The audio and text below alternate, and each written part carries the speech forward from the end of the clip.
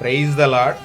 Welcome to daily path, అనుదిన మార్గము. మీ అందరికీ యేసుక్రీస్తు నామం పేరిట హృదయపూర్వక వందనములు. ఈ ఉదయపకాల సమయమున పరిశుద్ధమైన వాక్య భాగముని విందాము. 103వ కీర్తన 2వ వచనము. నా ప్రాణమా యెహోవాను సన్నుతించుము, ఆయన చేసిన ఉపకారములలో దేనిని మరొకము. ప్రియమైన వారలారా, దావీదు పలుకుతున్నటువంటి మాటలండవి. దావీదు అంటున్నాడు, తన ప్రాణముతో చెప్తున్నాడు, నా ప్రాణమా యెహోవాను సన్నుతించుము. ఒకవేళ నేను శరీరం యొక్క ఆశతోటి కానీ, నేను లోకం వైపు చూస్తానేమో కానీ అలా కాదు, దేవుని మాత్రమే సన్నుతించాలంటున్నాడు. మరియు కూడా ఆయన చేసిన ఉపకారముల్లో దేనిని మరవకూడదు.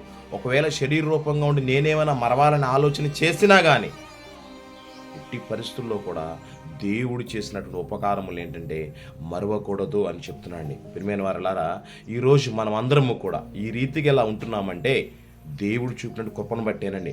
ప్రతిరోజు కూడా అనుదినము కూడా మన దేవుని కృతజ్ఞత తెలిసేవారుగా ఉండాలండి. ఆయన చేసిన ఉపకారముల్లో దేనిని మనం మరవకూడదండి. దావీదైతే ప్రతిరోజు కూడా దేవునికి ప్రార్థన చేసినప్పుడు అతనికి వచ్చినప్పుడు కష్టమును బట్టి, అతనికి వచ్చినప్పుడు సుఖమును బట్టి, లాభమును బట్టి, నష్టమును బట్టి, ప్రతి విషయాన్ని బట్టి కూడా దేవునికి ప్రార్థన చేస్తున్నాడండి.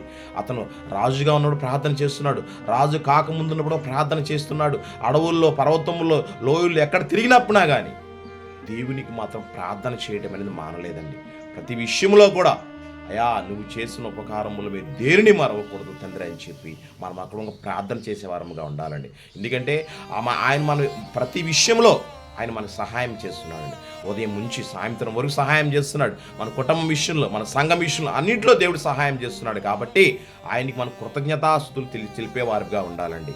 దావీదు చెప్తున్నాడు, నా ప్రాణమా యెహోవాను సన్నుతించుము, ఆయన చేసిన ఉపకారముల్లో దేనిని మరవకూడదు అంటున్నాడు. ప్రియమైన దేవుని బిడ్డ, ఈ ఉదయపకాల సమయం దేవాది దేవుడుగా మనకి ఏమని తెలియపరుస్తున్నాడంటే, దేవాది దేవుని కృప ద్వారా మనం ఈరోజు ఇలా ఉండగలుగుతున్నాం. కాబట్టి ఆయన చేసిన సహాయాన్ని బట్టి మనం ఎట్టి పరిస్థితుల్లో మరవకూడదండి. ప్రతిరోజు కూడా మనం దేవుని కృతజ్ఞతాస్తుతులు తెలిపేవారముగా ఉండాలని చెప్పి దేవునికి వాక్యం మనకు తెలియపరుస్తుంది. దేవుడి చిన్న వాక్యం దీవించి ఆశీర్వదించును గాక. దేవుడు మిమ్మల్ని దీవించి ఆశీర్వదించును గాక. ఆమేన్.